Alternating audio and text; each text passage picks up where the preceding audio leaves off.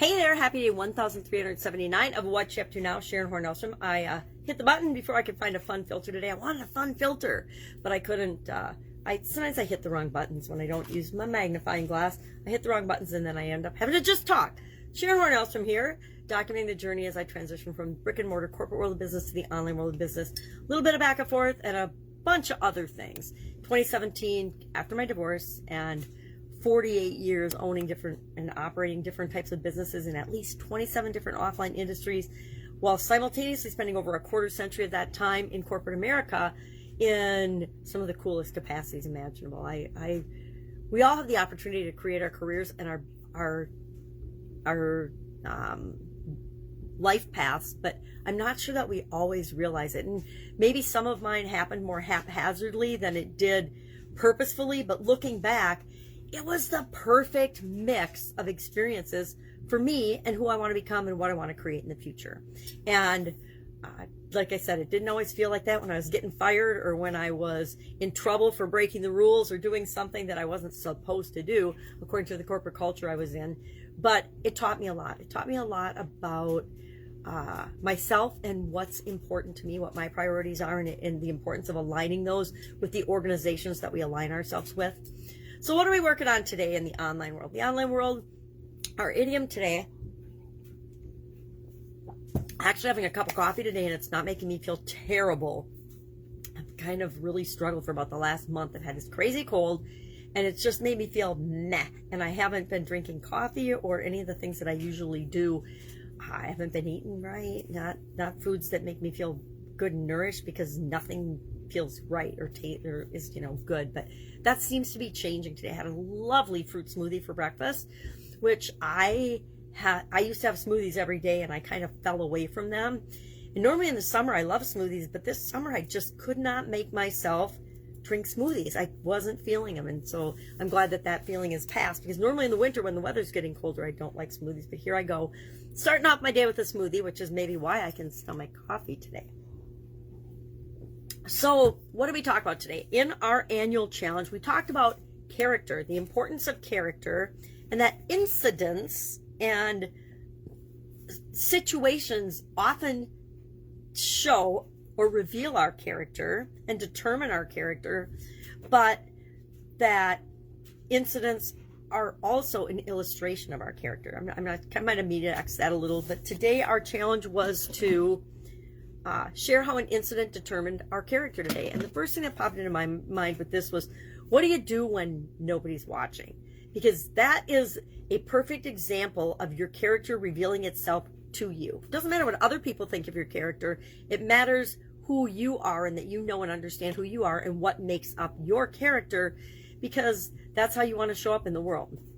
So what do you do? How do you behave when nobody's looking? I think that's a great question to ask ourselves, at least periodically, if not every day, when stuff comes up and we're like, if cameras were rolling, and nowadays, scary to think, but almost all the time, cameras might be rolling. Cell phones, everybody's walking around with a high-speed deluxe camera around with them, so you never know when somebody might be watching and catch you on film doing something, right? It should give us all pause. Not that we shouldn't just behave in the right way all the time anyway. I'm an avid believer in behave in alignment with your character. If your character is to ignore things and not help and walk away, that's your character. Be okay with it.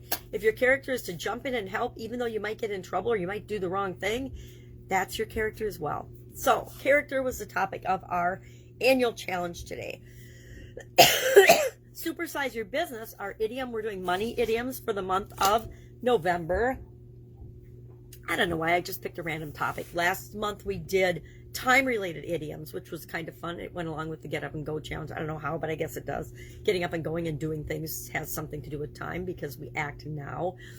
And so this month I decided November's end of the year. Money's on a lot of people's minds with the holidays and everything coming up. So let's talk about money idioms every day. Well, today's was, he who pays or she who pays or whatever, who pays the piper, whoever pays is basically the one that calls the tune or calls the shots. So if I hire somebody to do a job, I feel like I'm entitled to, and I also feel like I get to dictate some of the how and what they do with the time that I'm hiring them to do a certain job. Same is true with studies and in different industries and governments, whoever's paying has a lot more say and influence over the way the study is done, the way the project's done, than maybe the people actually doing the project. It's dictated by the person that's actually paying for it. We see this in industries all the time. I saw it in my corporate career. I participated in some of it. I saw it in my smaller business ownership by different regulatory agencies. And, I had discussions with, I won't say the agencies because I wouldn't want to get the people in trouble, but they said, yeah, big corporations in this industry help us, or actually they give us the guidelines that everybody else needs to follow, which inadvertently gives them a competitive advantage, right? The big guys have big, deep pockets, so they document what they're already doing, and that becomes the regulation for everybody else. And if you're a small player, you have to figure out how to comply, but it is sometimes financially almost impossible to comply and keep up with the regulations that are set forth. Now, I laughed as I was thinking about this one today, because actually our ruling class, our governors, our politicians in the Senates and the Houses of all of our states, as well as our nation, are examples of probably the only people who actually pay the piper, but they don't really pay the piper, but they call the tunes. They call the shots without actually being the ones that pay. They make rules for the rest of us that they don't have to follow. They always make themselves exempt. There's so many examples of that. The more we find out, the more horrifying it is. But it's one of those examples, even in a free country like America, where greed and dishonesty and unethical behavior sneaks in unbeknownst to the majority of us who live good lives and follow the rules.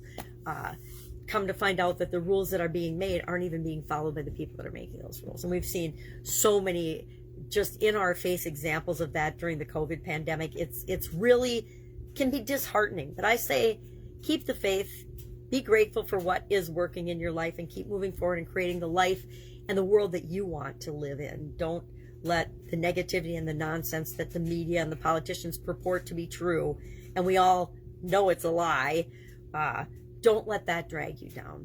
Our No Nonsense November, I'm doing that on the Get Up and Go Challenge page, just to kind of keep a conversation rolling there until we head into the December 1st, the December 2021 final 30-day Get Up and Go Challenge for 2021. Will there be any in 2022?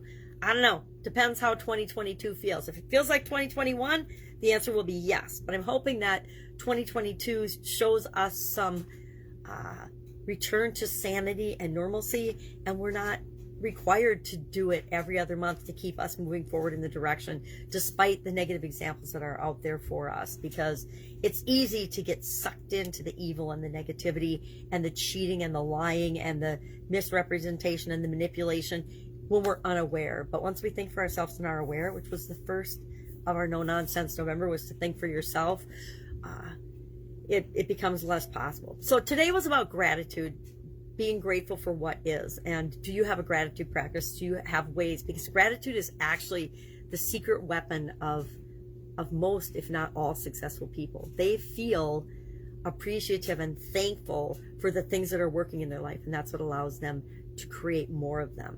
Does that mean bad things don't happen in their life anymore? No. Look at any famous person and you will know exactly what I'm talking about. They have all of this great fortune. Well, they struggled and worked hard, have all this great fortune, and then a couple of bad things happen, or they make bad choices or mistakes, which reveal their character, their true character, and then they might have a falling out, and then sometimes they come back again, sometimes they don't, just like all of us.